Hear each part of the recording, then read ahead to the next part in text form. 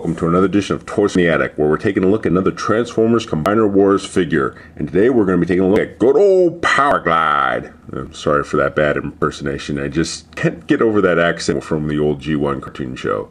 Anyways, as far as this figure goes, as soon as I saw what he can actually do, I really wanted to pick him up. Sadly, however, I'm a little disappointed with him. But that's mostly in his alt mode and his third transformation state. Now, as far as articulation goes, it's pretty standard. You can move his head side to side just a little bit, but that actually goes along with the transformation. There's these nice ball joints up here, and his arms can bend right here. There's a ball joint at the hips, and a little bit of a knee joint, and I guess you can consider this an ankle rotation as well, or ankle rotation. But that's also part of his transformation as well. He doesn't have any hip or swivel anywhere else. There is a good amount of detail on this guy as far as being one of the smaller Transformers in the Combiner War series, so I'm actually pretty happy with him as far as his robot mode goes. Now, to transform this guy, what you do is you start by spinning his head all the way around, like so, and then you're going to bring his arms up like this, and then fold his wings out and back like this. Now here's one of the parts that I'm not sure if it's just mine or if it's actually part of this particular figure as well. You got to get these little pegs right here, I hope you can see them right there, into these little slots right here. And on one of the arms it's very hard to get that in there. I think it's this one. There we go. Put that in there, and yeah, it's this one. Yeah, it's actually this one. It's kind of a pain to get in there. So I don't know if this is mine or just all of them. It seems to be just over just slightly too much. The next thing you're going to do is you're going to actually pull this part forward. Oops.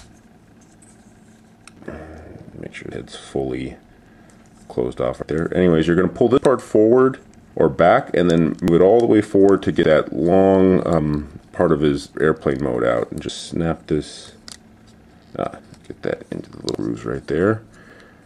And then you're going to move his legs together. You see how they have these little grooves that fit into one another. I'm going to slide those together, move them back, and then move his feet down. That can also be the back landing gear, and then you can pull this little tab. It's kind of hard to get that out of there.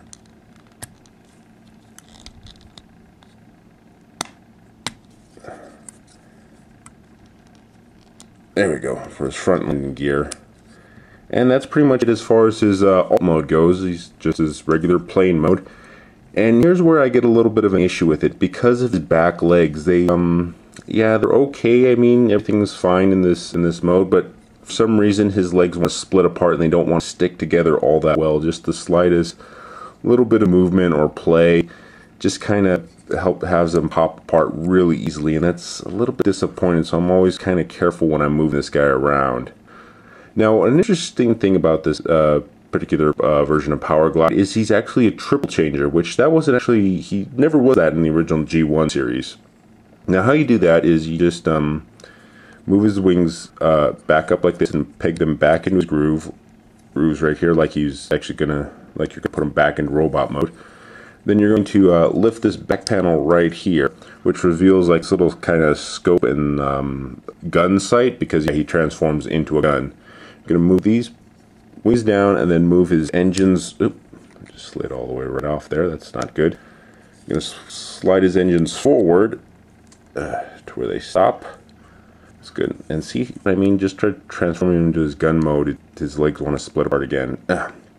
Anyways, so there you have him in his gun mode with the little landing gear right here acting as the gun barrel. Now, he can actually be held by larger Transformers, like, for instance, Silverbolt right here. I'm going to try to get Silverbolt right in the camera. So, it turns into a much bigger weapon that one of the other guys can actually use. And he actually is supposed to be partnered with the aerial bots in forming Superion. So, after seeing that and knowing that he forms a weapon for one of the combiners that I'm actually starting to kind of grow in love, that made me want to pick him up and add him to my collection.